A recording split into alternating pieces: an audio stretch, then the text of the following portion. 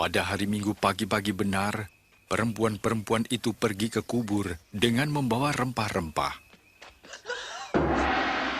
Mereka mendapati batu sudah terguling dari kubur itu, dan ketika masuk, mereka tidak menemukan mayat Tuhan Yesus.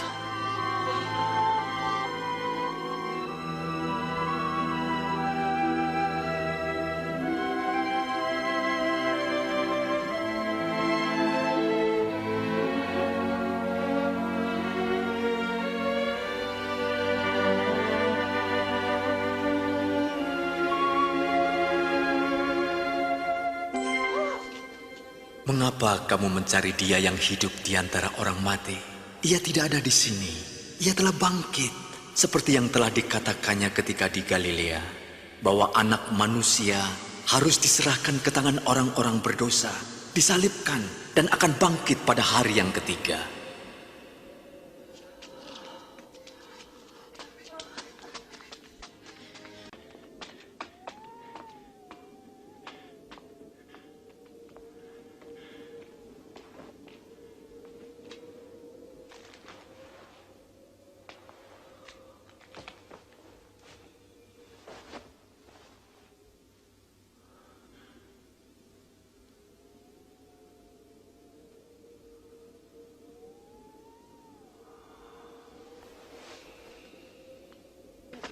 Sungguh, Tuhan telah bangkit. Ia menampakkan diri kepada Simon. Kami tidak mengenalnya.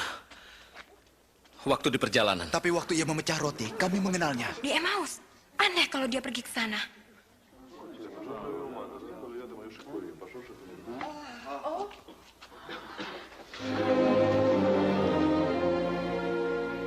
Damai sejahtera bagimu.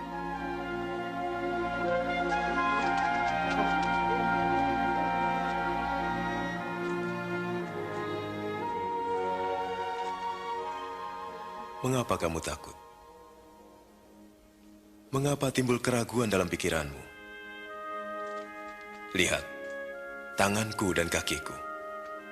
Aku sendirilah ini. Rabalah, kau akan tahu. Karena hantu tidak mempunyai daging dan tulang seperti yang ada padaku. Inilah perkataanku yang telah kukatakan kepadamu. Semua yang tertulis tentang aku dalam Taurat Musa, kitab Nabi-Nabi dan kitab Mazmur harus digenapi. Seperti tertulis, Mesias harus menderita dan bangkit dari antara orang mati di hari ketiga. Dan dalam namanya, berita tentang pertobatan dan pengampunan dosa harus disampaikan kepada segala bangsa, mulai dari Yerusalem. Kamu adalah saksi dari semuanya. Dan aku akan mengutus Roh Kudus bagi kamu. Tapi kamu harus tinggal di Yerusalem sampai saat kamu menerimanya.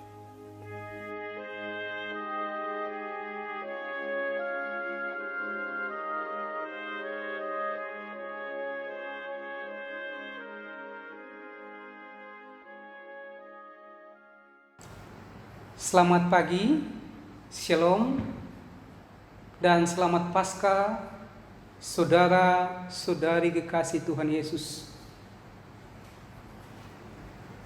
Berbicara tentang kisah Tuhan Yesus dalam Injil Yohanes pasal 20 ayat 1 sampai 18 tentang kebangkitan Tuhan Yesus.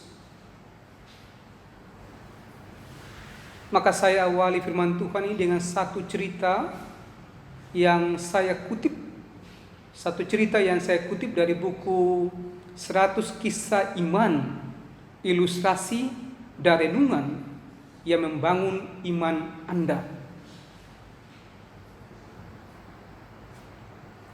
Ada seorang pendidik atau seorang dosen dari negara Soviet pada waktu itu. Ia sedang mengadakan seminar. Banyak orang hadir pada saat itu. Ia mengadakan seminar pada saat itu, di mana ia berusaha membuktikan bahwa iman kekristenan itu sudah usang. Ia mengadakan seminar, ia dibiayai oleh pemerintah untuk memberikan pemahaman kepada masyarakat bahwa iman kekristenan itu sudah tidak zaman lagi. Ia sudah memberikan pemahaman kepada masyarakat supaya iman kekristenan itu sudah usang, tidak laku lagi pada saat itu. Pada kesimpulannya, ia bertanya kepada hadirin yang hadir pada saat itu, apakah ada yang ingin menanggapi argumennya? Semua orang diam, semua orang hening, semua orang dalam tanda kutip takut pada saat itu.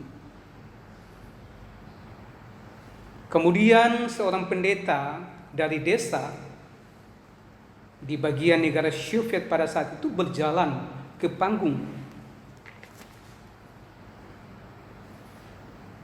Dosen itu berkata kepada pendeta itu, "Ingat, Anda hanya punya waktu 5 menit."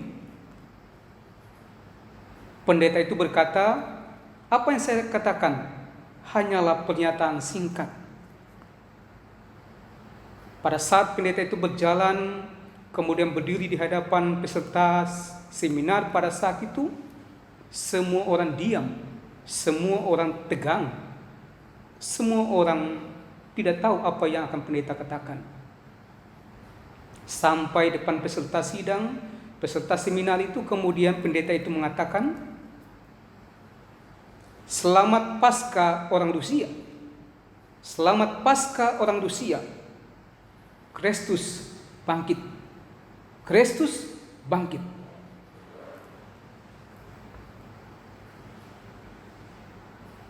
Ucapan ini serentak membuat peserta seminar kaget. Di balik itu mereka juga merasakan sukacita iman. Mereka sangat senang pada saat itu. Peserta seminar itu sangat senang. Tetapi setiap ucapan sukacita iman itu membutuhkan pengorbanan. Karena pada saat itu pemerintah punya sikap permusuhan terhadap gereja pada waktu itu.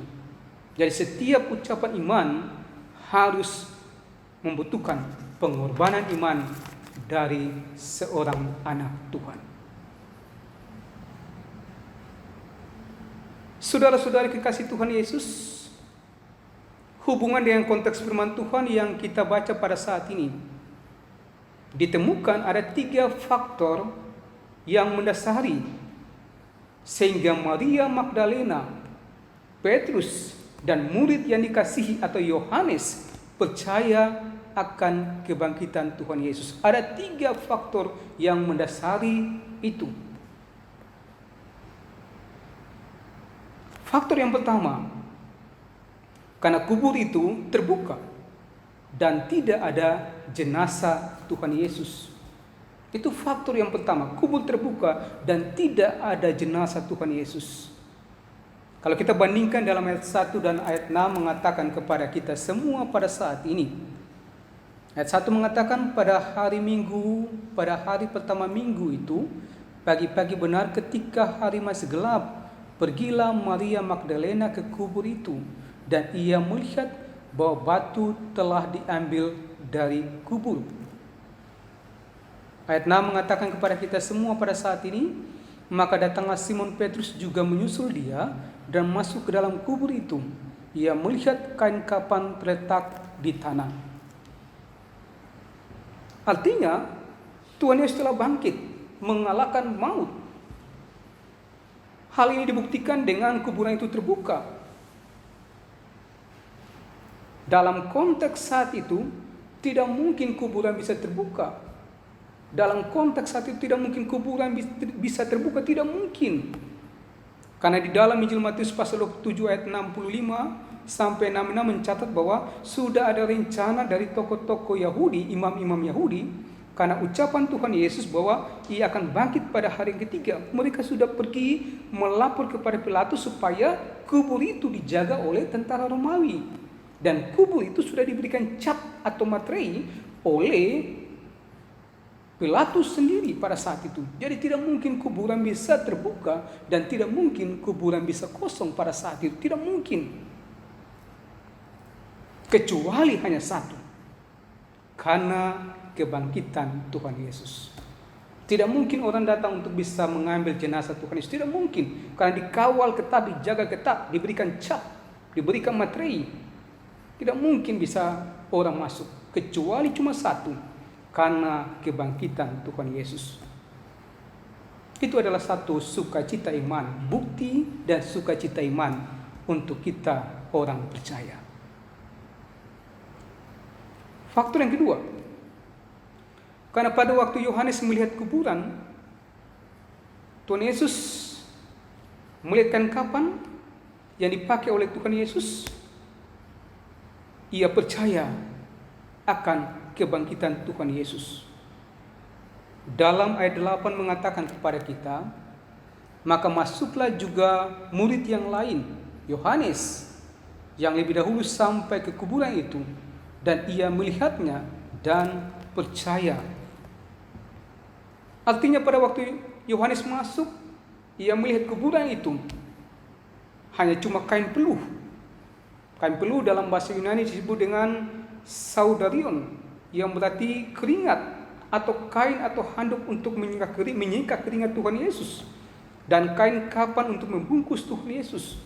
Yohanes mengenal kain peluh dan Yohanes mengenal kain kapan, karena berbeda antara kain kapan orang yang mati biasa dengan kain kapan yang digunakan oleh Tuhan Yesus atau orang yang disalib, itu sangat-sangat berbeda. Karena itu Yohanes percaya akan kebangkitan Tuhan Yesus. Apalagi diingatkan oleh firman Tuhan. Dalam Matius pasal 16 ayat 21 mengatakan bahwa Tuhan Yesus mengatakan, "Aku akan bangkit pada hari yang ketiga." Itulah yang membuat Yohanes percaya akan Tuhan Yesus. Yohanes ingat ucapan Tuhan Yesus. Dari melihat itu, melihat kain kapan, melihat peristiwa kebangkitan, ia percaya dan ia ingat akan ucapan Tuhan Yesus. Faktor yang ketiga, ucapan Tuhan Yesus kepada Maria. Dalam ayat 16 mengatakan kepada kita semua, kata Yesus kepadanya, Maria.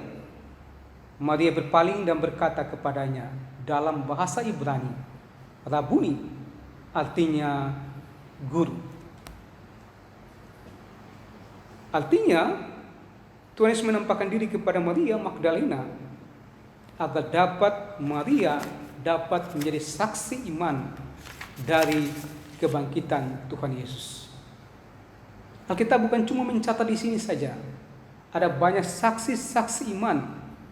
Dalam Lukas pasal 24 ayat 36 42, Markus pasal 24 ayat 50 sampai 52, Matius 28 sampai 16, Matius pasal 28 ayat 16 sampai 20. Ada banyak saksi-saksi iman yang melihat kebangkitan Tuhan Yesus. Murid-murid yang lain, termasuk ratusan orang yang juga melihat kebangkitan Tuhan Yesus.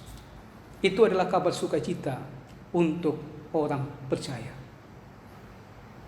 Saudara-saudari kekasih Tuhan Yesus, hubungan yang kehidupan kita pada saat ini di tengah-tengah jemaat Gemindo Diaspora dan simpatisan yang hadir pada saat ini.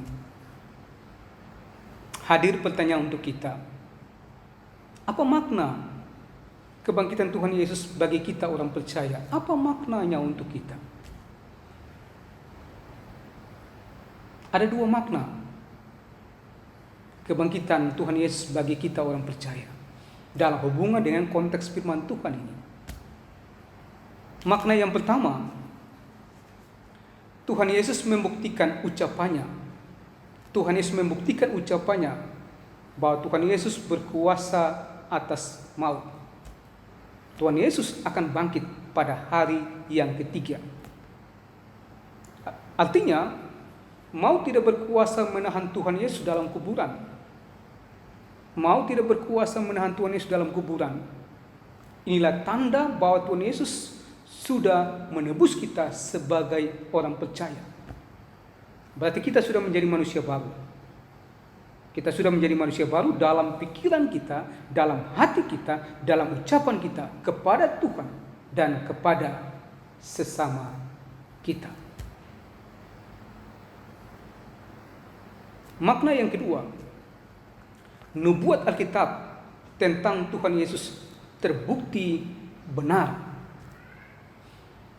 Dari ribuan tahun, dari ratusan tahun sebelum Tuhan Yesus menjadi manusia, Alkitab sudah menulis tentang Tuhan Yesus dalam kematian dan dalam kebangkitannya.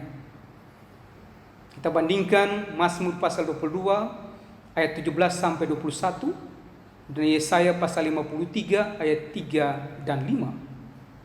Termasuk di dalamnya Mazmur 16 ayat 10 mengatakan kepada kita sebagai ayat perbandingan, sebab engkau tidak menyerahkan aku ke dunia orang mati dan tidak membiarkan orang kudusmu itu adalah Tuhan Yesus melihat kebinasaan. Maknanya untuk kita bahwa kita harus rajin membaca Alkitab, rajin membaca Alkitab untuk memahami kebenaran tentang Tuhan Yesus. Rajin membaca Alkitab untuk mengimani bahwa Tuhan Yesus adalah Allah yang bangkit untuk kehidupan kita orang percaya. Saudara-saudari kekasih Tuhan Yesus, dalam Minggu Paskah atau kebangkitan Tuhan Yesus pada saat ini, kita diharapkan untuk melakukan dua hal penting dalam kehidupan kita di tengah-tengah jemaat Gemindo Diaspora ataupun juga simpatisan. Kita diminta untuk melakukan dua hal penting. Yang pertama, tetap memuji Tuhan, tetap mengandalkan Tuhan dalam setiap kehidupan kita, baik pada waktu kita lebih ataupun pada waktu kita mengalami kekurangan. Pada waktu kita mengalami pergumulan, tanggung jawab kita adalah tetap memuji Tuhan dan tetap mengandalkan Tuhan. Itu hal penting yang pertama yang harus kita lakukan. Dan hal yang kedua, tetap bersukacita. Bersukacita dengan dasar iman bahwa Tuhan Yesus telah bangkit untuk kita orang percaya. Amin.